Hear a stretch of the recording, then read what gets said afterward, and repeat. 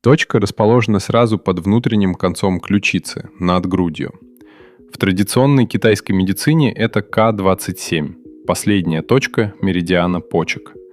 Исторически ее связывали с жизненной энергией, дыханием и восстановлением. Под этой областью проходят мышцы, участвующие в дыхании, фасции шеи и грудной клетки, а также находится большое количество кожных и проприоцептивных рецепторов.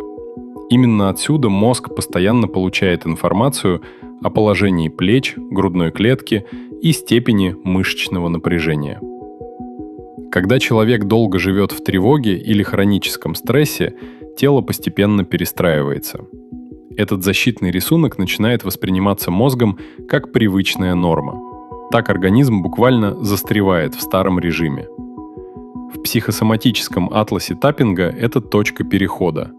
Она символизирует переход от привычного защитного режима к новой организации тела. Под ключицей проходит сложная сеть фасций.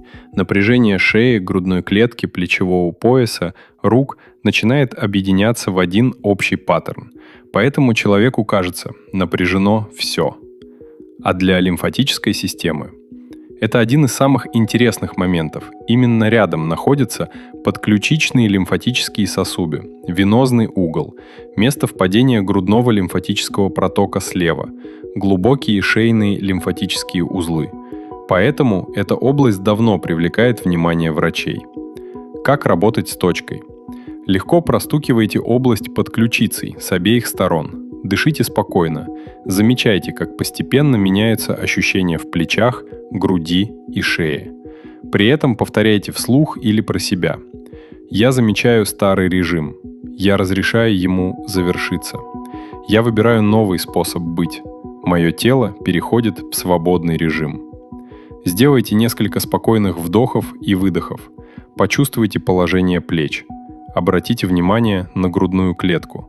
Запомните новое ощущение.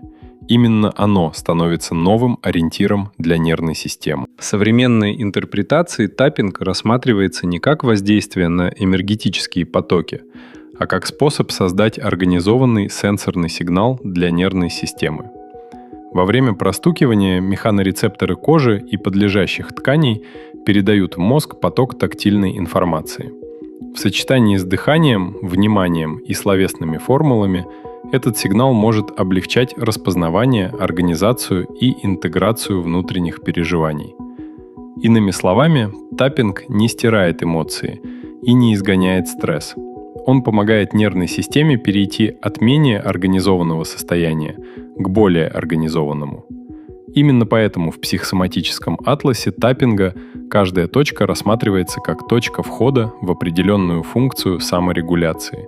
Не потому, что эмоции находятся в самой точке, а потому что через нее удобно организовать определенный сенсорный маршрут внимания, тела и дыхания. Ссылки на научные исследования в описании. Полная практика в первом комментарии.